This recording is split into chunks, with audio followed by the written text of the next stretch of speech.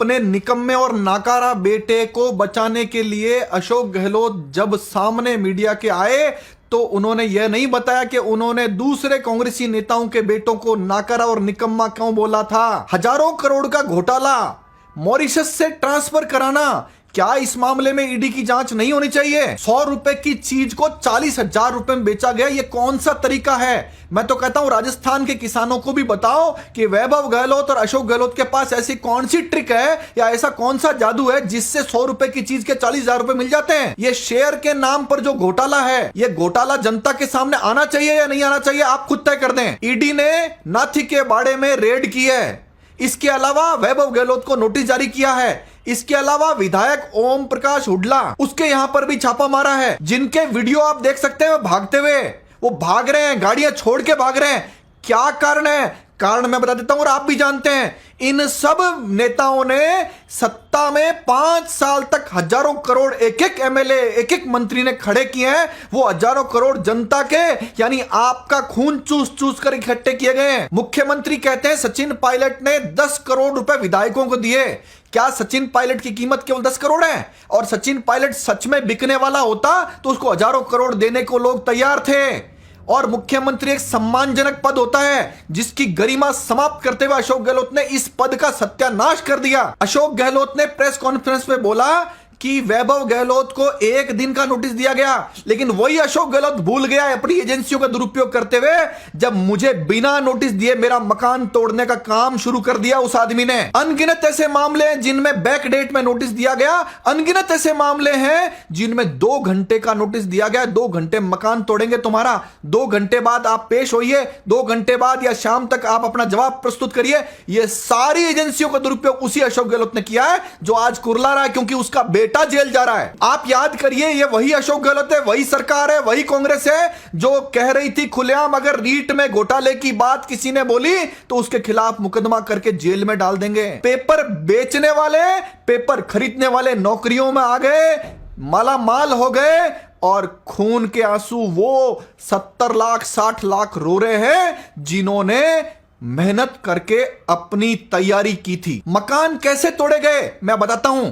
12 जिले के नगर परिषद के एक युवा कांग्रेसी चेयरमैन को झूठे मुकदमों में लगातार डालते गए और उसका मकान जेल में रहने के दौरान तोड़ दिया गया। यह अशोक गहलोत सबसे बड़ा खतरा तो कांग्रेसियों के लिए ही है। उसके बाद उसको मौका मिलता है तो वह अपने विरोधी जैसे उसके बेटे को हराने वाले गजेंद्र सिंह शेखावत, जनता के लिए युवाओं के लिए लड़ाई लड़ने वाले किरोड़ी लाल मीणा और गुजरों में, युवाओं में और अन्य सभी जगह पैठ रखने वाले सचिन पायलट, दिव्या मदेरणा, ऐसे अनगिनत नाम हैं जिनका इस आदमी ने प्लान करके और नुकसान किया।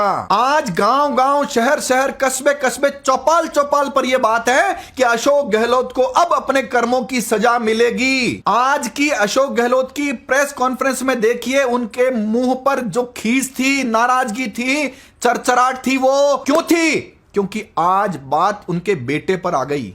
ये वही फकीर है जो कहता है मेरे पास प्रॉपर्टी नहीं थी और बाद में थूक कर चाटते हुए कहता है कि हां साहब दिल्ली में मेरे पास प्रॉपर्टी है। ये वही व्यक्ति है जो कहता है मेरे परिवार के पास कुछ भी नहीं है, हम लोग ईमानदार हैं। कौन राजस्थान में ऐसा व्यक्ति जो मानता ईमानदार है? ईमानदारी का दाना भी अशोक गहलोत में होता तो क्रमशः आरपीएससी में गड़बड़ ही गड़बड़ लोगों को क्यों बनाया? आप कल्पना करिए, हबीब खान गौरान खुद पेपर चोरी करते हुए पकड़ा गया। किसने बनाया उसको? इसी ने बनाया, पहले मेंबर और बाद में उसको चेयरमैन। भूपेंद्र यादव को किसने बनाया? रामू राम राय का किसने बनाया? बाबूलाल कटारो किसने बनाया? निरंजन आर्य की पत्नी किसने बनाया? मंजू सैनी किसने बनाया?